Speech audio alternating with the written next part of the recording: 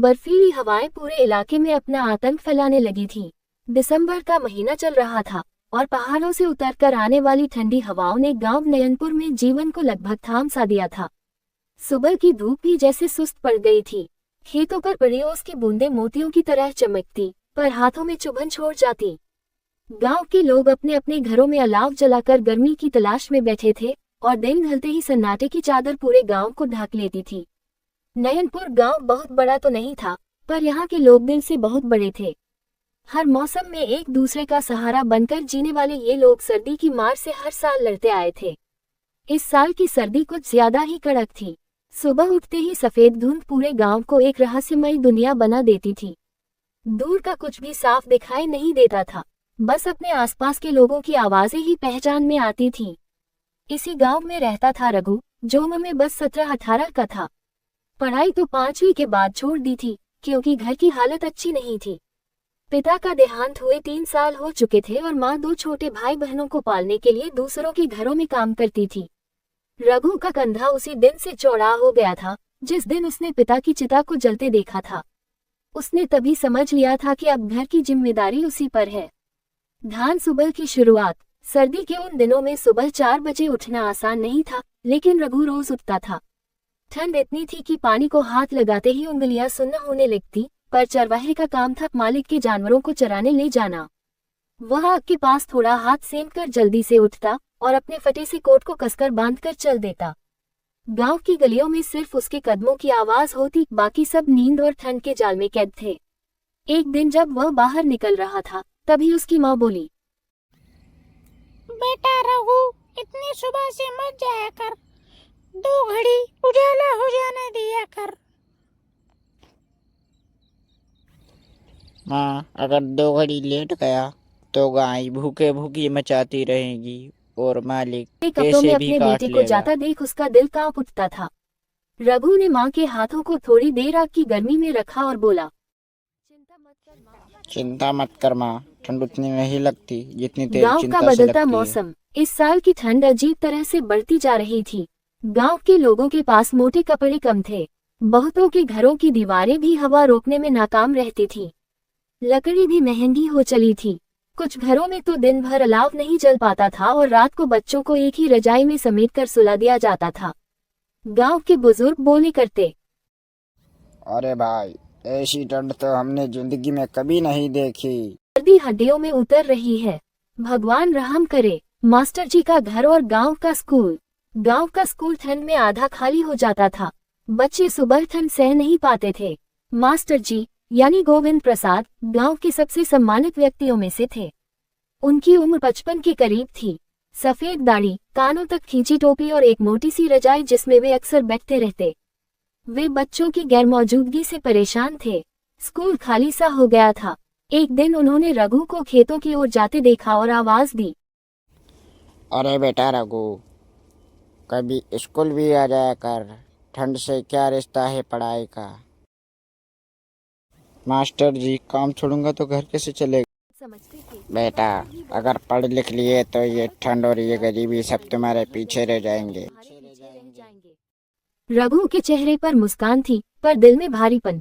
उसने धीरे से कहा, कभी कभी आ जाऊंगा मास्टर। गांव की समस्या ठंड और गरीबी। ठंड बढ़ती गई और गांव के कई बुजुर्ग और छोटे बच्चे बीमार पड़ने लगे। दवाइयों की व्यवस्था करना मुश्किल था। डॉक्टर का घर 10 किलोमीटर दूर था और इतनी ठंड में जाना आसान नहीं। कई घरों में रात को आग भी नहीं जल पाती थी। इसी बीच गांव में एक खबर फैलने लगी।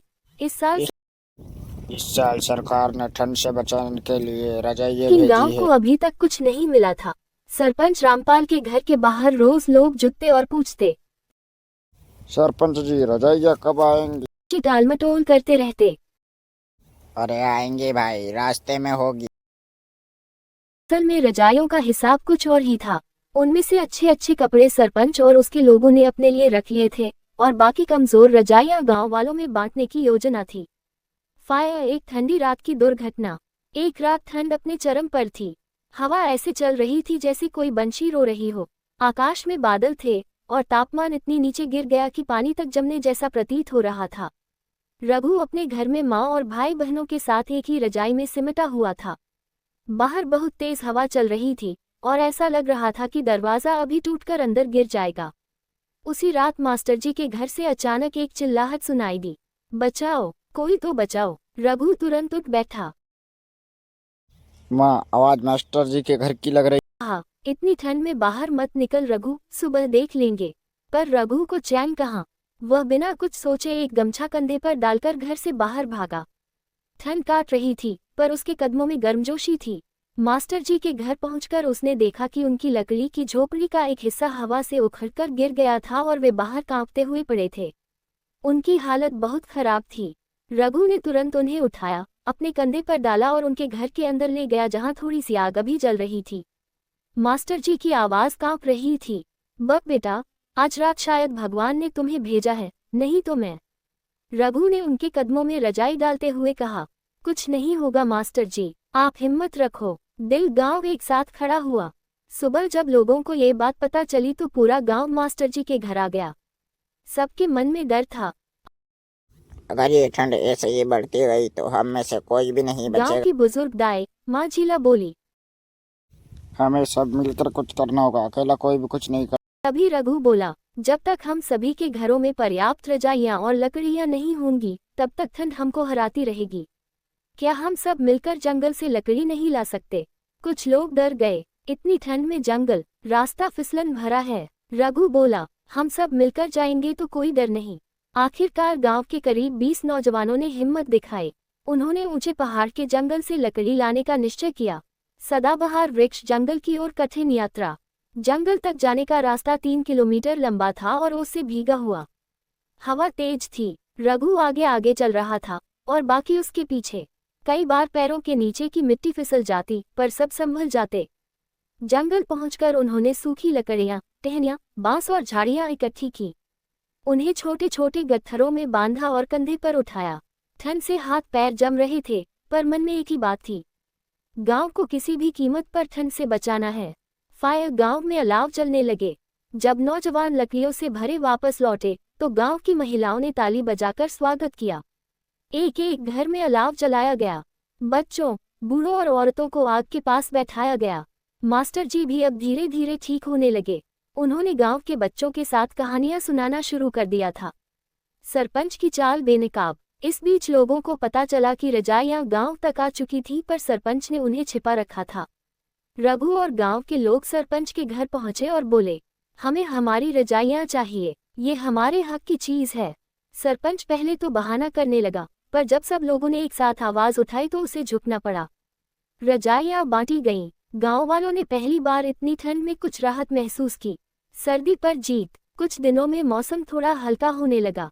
धूप भी अब पहले से बेहतर निकलने लगी। गांव के लोगों ने जब जब एकजुट होकर काम किया, ठंड की मार कम होती गई। मास्टर जी ने गांव के चौपाल पर खड़े होकर कहा, ताकत कपड़ों से नहीं आती, एकजुट दिल से आती है। रघु जैसे बच्चों पर गाँव गर्व करता रघु है। शर्मा गया पर पूरी भीड़ ने तालियां बजाईं। सूर्यास्त नई सुबह। अब गांव नयनपुर ठंड के डर से नहीं कांपता था। लोगों ने मिलकर अपना गांव सुरक्षित कर लिया था। रघु ने भी मन में एक फैसला लिया, अब वह पढ़ाई भी करेगा ताकि आने वाले समय में गांव वालों की और तरह से मदद कर सके।